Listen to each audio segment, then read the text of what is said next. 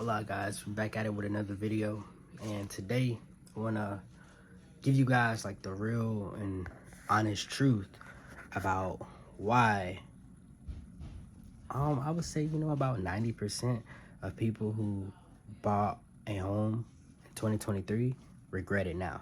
So of course in 2024, before we get into the nitty-gritty, in 2024 a lot of people are kind of average person is going through what we call a recession, as some would say. Average person can't afford to purchase a regular home for their family, especially if you're in the middle class and you make $20 an hour, $22 an hour. Even people who are making six figures are living check to check and can't afford to buy a home. And a lot of people are also getting beat out by cash and foreign investors. In fact, majority of my clientele now is nothing but foreign investors who have nothing but cash. And they're buying up everything and beating out all my buyers who are financing. But I say that to say the reason why 90% of people regretted buying a home in 2023 is actually a combination of a lot of reasons.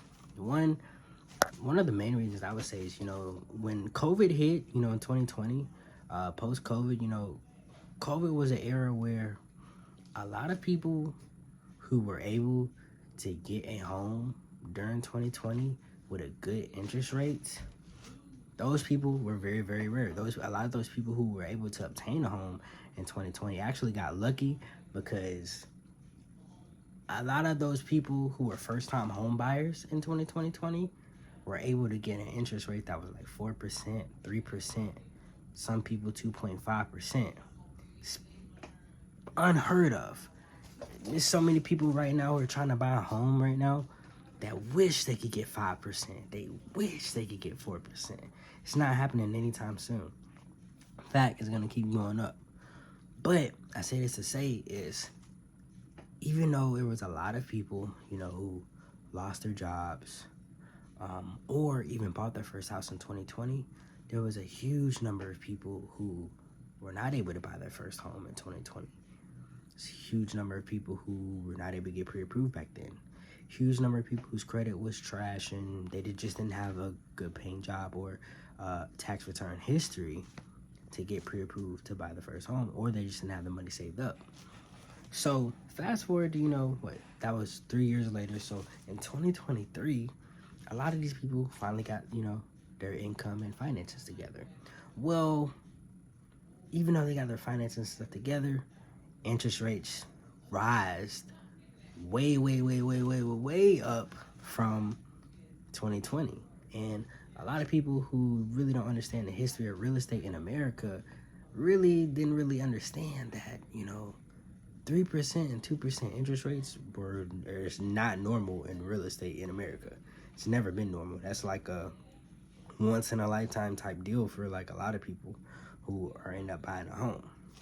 And when I say a lot of those people who finally pre-approved, a lot of those people who finally got pre-approved, finally got some money saved up, finally, got down payment assistance or whatever, a lot of those people were just happy to be able to have the ability to purchase a home without doing the proper research. So, and what I mean by that is, a lot of people in 2023 overpay for real estate, as they're overpaying for real estate right now in 2024.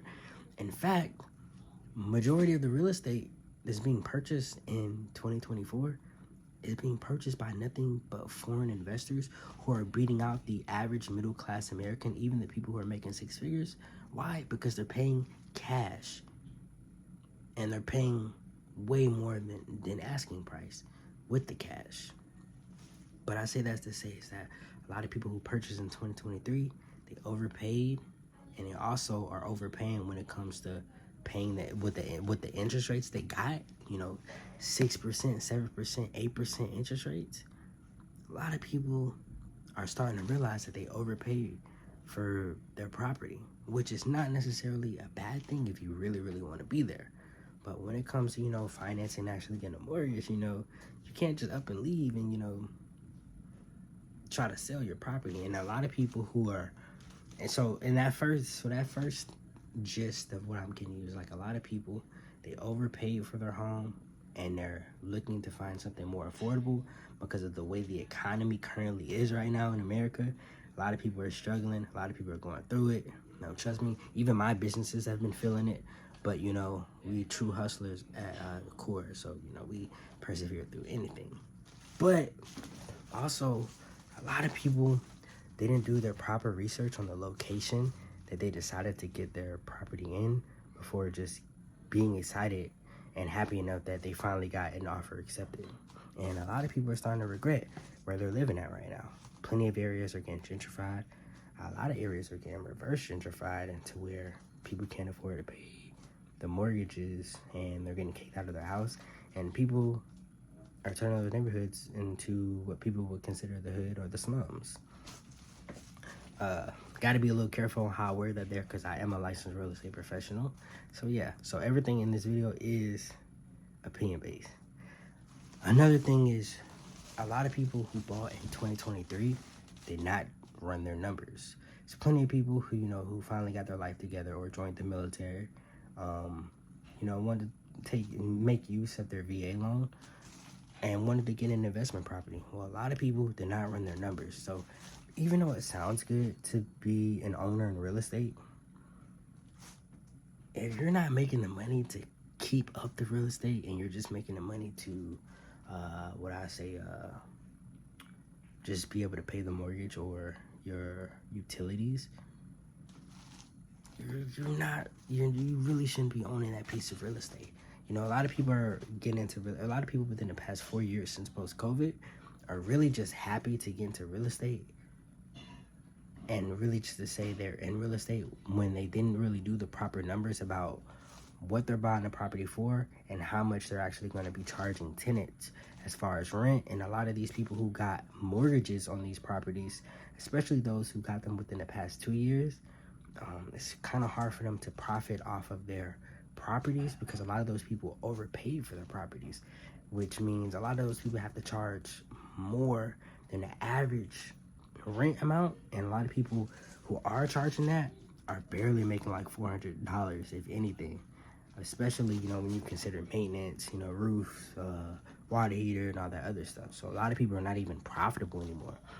And it's not even, now people are just now understanding it now that they're, you know, they're trying to resell, you know, the property and realizing they can't resell it for what they bought it for.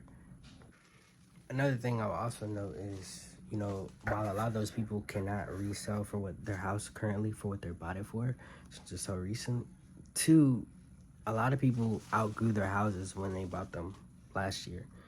And, you know, a lot of couples, you know, are getting a divorce, and it's really typical for people to start getting divorces when, you know, money issues start arising in America and whatnot. And y'all excuse me, my sister just gave me like a COVID test, so like now like my eyes are really itching and I'm going through it right now. I do not have COVID though, by the way, but yeah, that's why I'm currently going through it right now. But also when it comes to, a lot of people did outgrow their homes to where a lot of people are starting to feel regret. You know, a lot of people are starting to realize in 2023 they should have waited to buy their home. And also they should have waited till they had the actual cash to buy it instead of getting a loan, because a lot of people are paying, you know, a lot of interest. A lot of people, some people are paying, you know, 8%, 9%, 7% on a mortgage when, you know, they could have just waited till, you know, their credit got a little bit better. And also, you know, the economy is just not the best right now. You know, a lot of people are really going through it, and a mortgage payment is causing more harm than actual help when it comes to actually surviving in America currently.